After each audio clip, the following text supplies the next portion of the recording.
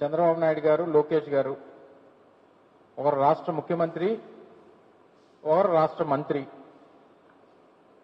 ఇద్దరూ కూడా రాష్ట్రంలో ఉన్నటువంటి ప్రభుత్వ భూముల్ని వారు అధికారంలోకి వచ్చిన దగ్గర నుంచి ఏ రకంగా వారి తాలూకా మనుషులకి కట్టబెట్టాలి, ఏ రకంగా పప్పు బెల్లానికి వారికి కావాల్సినటువంటి సంస్థలకి ఆ భూముల్ని ఇవ్వాలి అనేటువంటి దాని మీద పడుతున్నటువంటి తాపత్రయం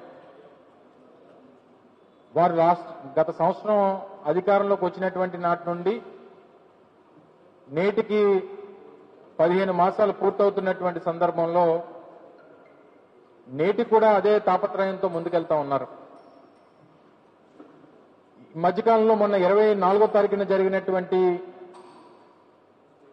కేబినెట్ సమావేశంలో మరొకసారి విశాఖపట్నంలో ఉన్నటువంటి కొన్ని విలువైనటువంటి భూముల్ని, దాదాపు 3,000 కోట్ల రూపాయలు విలువైనటువంటి భూముల్ని కారు చౌకగా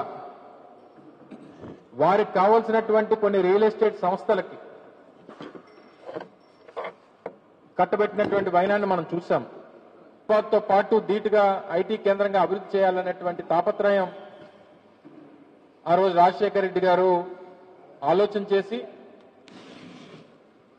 తర్వాత అనేక సందర్భాల్లో మేము మొన్న 2019-24 మధ్యలో జగన్మోహన్ రెడ్డి గారి నేతృత్వంలో బీచ్ ఐటీ డెస్టినేషన్ గా విశాఖపట్నాన్ని అభివృద్ధి చేయాలని చెప్పి తాపత్రయపడి ప్రముఖ సంస్థలైనటువంటి ఇన్ఫోసిస్ లాంటి సంస్థల్ని, అలాగే ర్యాన్స్టాడ్ లాంటి పెద్ద కన్సల్టెంట్ సంస్థల్ని, డబ్ల్యూఎన్ఎస్ లాంటి సంస్థల్ని విశాఖపట్నం తీసుకొని వచ్చి కోవిడ్ లాంటి క్లిష్ట పరిస్థితులను కూడా ఎదుర్కొని ఆ రోజు ఉన్నటువంటి ప్రపంచవ్యాప్తంగా ఉన్నటువంటి పరిస్థితుల్ని అధిగమించి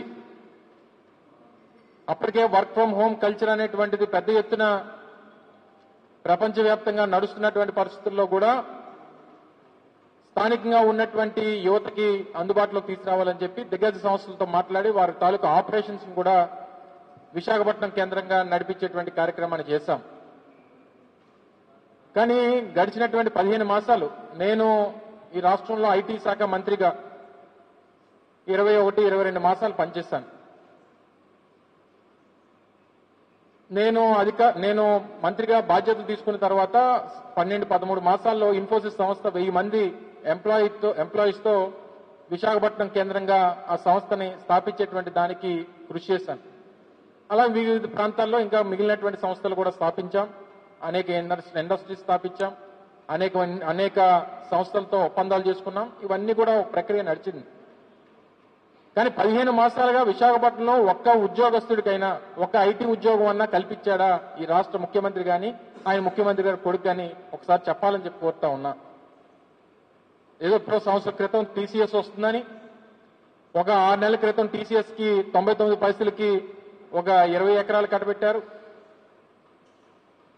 ఆ టీసీఎస్ ముసుగులో ఉర్సా అనేటువంటి ఒక ఊరు పేరు లేనటువంటి కంపెనీకి ఫిబ్రవరి 14వ తారీఖున ఇన్కార్పొరేట్ అయినటువంటి ఒక సంస్థకి 60 ఎకరాల భూమిని కారు చౌకగా దాదాపు 3,000 కోట్ల రూపాయలు విలువైనటువంటి విశాఖపట్నంలో భూమిని 60 ఎకరాలు ఒక 2 నెలలు కూడా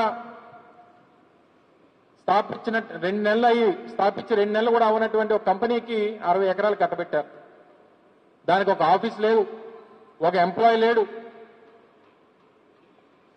దానికి సంబంధించినటువంటి టర్నోవర్ లేదు, ఏమీ లేనటువంటి కంపెనీకి గత ఏప్రిల్లో ఒక 60 ఎకరాలు ఇచ్చినటువంటి 59 ఎకరాల చిల్లర ఇచ్చినటువంటి సందర్భాన్ని కూడా చూశాం. ఇంకా దాన్ని మరొక ముందే రీసెంట్ గా మొన్న 2 రోజుల క్రితం కేబినెట్ మీటింగ్ లో మరో 3-4 సంస్థలకి ఒకరికి 30 ఎకరాలు, ఒకరికి 20 ఎకరాలు, ఇలా ఒక 60 ఎకరాలు అక్కడ దాదాపు 30-40 కోట్ల రూపాయలు విలువైనటువంటి భూములు, అక్కడ 50 లక్షలకి కోటి రూపాయలు చెప్పిన రియల్ ఎస్టేట్ సంస్థలకి, ఐటీ సంస్థలకు కాదు. సత్వా అనేటువంటి గ్రూపు మీ అందరికీ తెలుసు, పూణే, బెంగళూరు, హైదరాబాద్ లాంటి ప్రాంతాల్లో వాళ్ళు రియల్ ఎస్టేట్ చేసేటువంటి కంపెనీలు అవి. హైదరాబాద్ లోనే నియోపోలిస్ లాంటి ప్రాంతాల్లో, నానక్రామ్గూడ, నియోపోలిస్ ఇటువంటి ప్రాంతాల్లో హైదరాబాద్ అంటే తెలంగాణ ప్రభుత్వం ఏదైతే ఆక్షన్ పెడితే ఆక్షన్ లో 100 కోట్ల రూపాయలకు విలువైనటువంటి ఆ భూముల్ని ఆక్షన్ లో పాడుకున్నటువంటి సంస్థలు అవి. వాళ్ళు బిల్డింగ్లు కట్టి అద్దెలకు ఇచ్చుకునేటువంటి సంస్థ అది, రియల్ ఎస్టేట్ సంస్థ.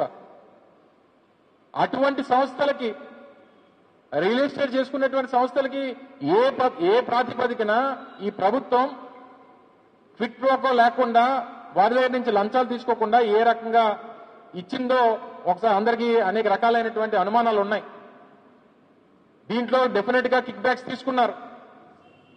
రియల్ ఎస్టేట్ సంస్థలకి మీరు ఇచ్చేటువంటి దానికి అసలు ఏ అర్హతతో ఇచ్చారు మీరు?